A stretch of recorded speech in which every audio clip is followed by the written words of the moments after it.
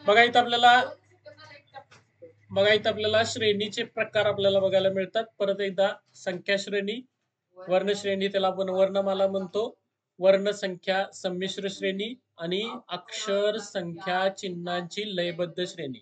याच्यामधली बघा आपण संख्या श्रेणी बघितली, त्याच्यामध्ये वेगवेगळ्या श्रेणी आपल्याला बघायला मिळतात.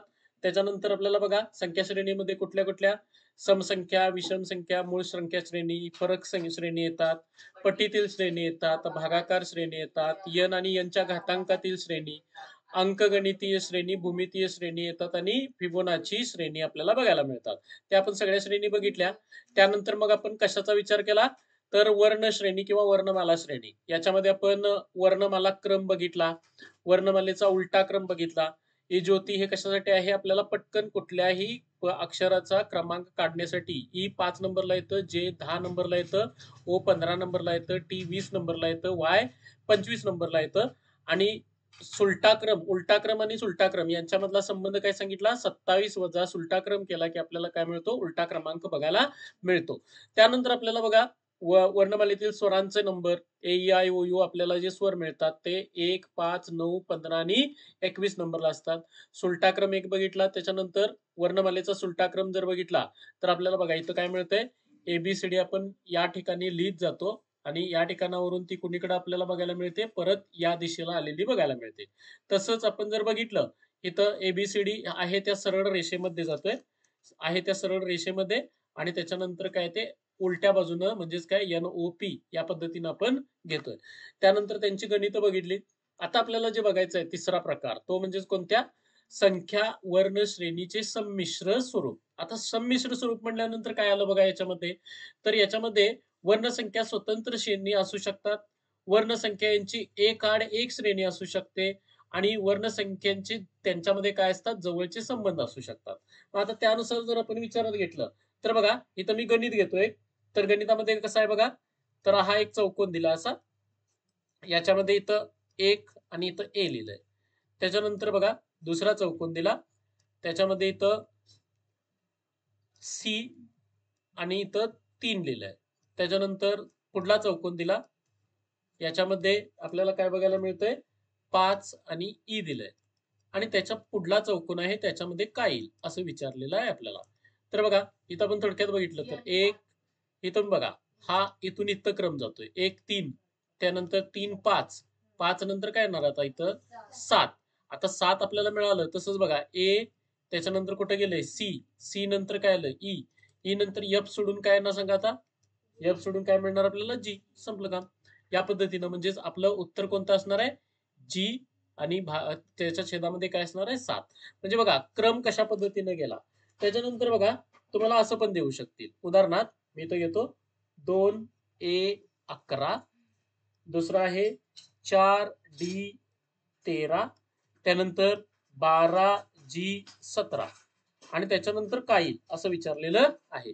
तर आता बघा इथं तुम्हाला जर बघितलं, इथं तुम्हाला वर्ण ए डी जी, आपण ह्याच्यामध्ये बघूया, ए डी जी काय दिसतंय, मध्ये मध्ये 2 ची गट पडलेत म्हटल्यानंतर पुढला काय येणार आहे जी. म्हणून बघा इथं आपल्याला काय मिळेल, तर मधला जो आपला हे असणार आहे बघा, ए नंतर डी मध्ये किती मध्ये सोडलेत रे, 2 सोडलेले आहेत. डी नंतर जी मध्ये किती सोडलेत, 2 सोडलेले आहेत. सोडलेले संख्ये सांगायला लागले मी, अक्षरं किती सोडली, 2. जी नंतर 2 अक्षरं सोडून आपल्याला काय मिळेल, जे मिळेल. त्यानंतर बघा इथं 2 नंतर 4 आहे, 4 नंतर काय आहे, 12 आहे. मग 12 नंतर काय असेल, तर इथं बघा 2 ला किती न गुणल्यानंतर रे, 2 न गुणल्यानंतर किती येते 4, 4 ला किती न गुणल्यानंतर, 3 न गुणल्यानंतर किती येते 12. म्हणजे बघा 2 न गुणले, 3 न गुणले, मग आता किती न गुणाय पाहिजे, 4 न. आता 4 न गुणलं तर 12 चौक 48. आणि इथं बघा 11 13 17 काय मिळणार बघा जरा व्यवस्थित, 11 नंतर किती आहे, 2 चा फरक आहे, 13 नंतर 17 मध्ये कितीचा, 4 चा फरक दिसतोय, आणि मग आपल्याला कितीचा मिळणार, 6 चा फरक आपल्याला करायला पाहिजे. बघा जरा व्यवस्थित, 11 13 17 कितीचे फरक आहेत, 11, 11 नंतर 17 किती झालं, 2 चा फरक आला, 13 नंतर 17 किती झाला, 4 चा फरक आला. म्हणजे आता कितीचा गेला पाहिजे आपल्याला, 6 चा फरक गेला पाहिजे.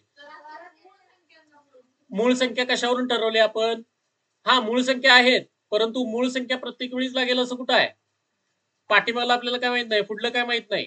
आपण मूळ संख्या डायरेक्ट ठरवू शकत नाही की बाबा मूळ संख्या, हा तुमच्या पर्यायानुसार जर मूळ संख्या येत असेल नो प्रॉब्लेम, परंतु पर्यायानुसार जर मूळ संख्या येत नसेल तर आपल्याला एक साधा पहिला संबंध येतो 2, 4 आणि 6. इथं तुम्ही असं डायरेक्ट म्हणू शकत नाही की 11, 13, 17 मूळ संख्या आहेत म्हणून मी पुढली घेणार 19. नाही. का म्हणू शकत नाही? कारण यांच्यातले फरक तुम्हाला प्रत्येक वेळी मग समान मिळतात का? नाही मिळत. इथं मात्र तुम्हाला फरक किती दिसतोय? तो 2चा दिसतोय, तो 4चा दिसतोय. म्हणजे 100% पुढला फरक कितीचा पाहिजे? 6चाच पाहिजे. मग त्यामुळे मूळ संख्या घेऊन चालणार नाही. लक्षात ठेवायचं. त्यामुळे 17 आणि 6 किती येणार? 23. म्हणून त्यामुळे आपल्याला इथं किती मिळणार? 23. तुमचं उत्तर किती असणार आहे? 48 जे काय मिळणार आपल्याला? 23. त्याच्यानंतर बघा आपल्याला असं पण देऊ शकतील. उदाहरणार्थ इथं मी अनेक घेतो.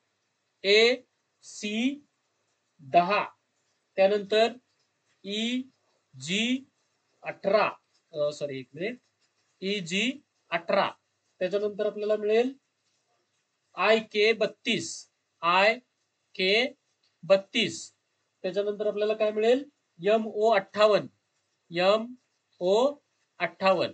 मग याच्या पुढलं काढायला सांगितलं. तर आपल्याला काय मिळेल बघा? ए ई आय एम. आपण इथं पहिल्यांदा बघूया पाहिजे तर. कुठं आहे बघा? ए. एकच मिनिट, हे काढून टाकतो पहिल्यांदा.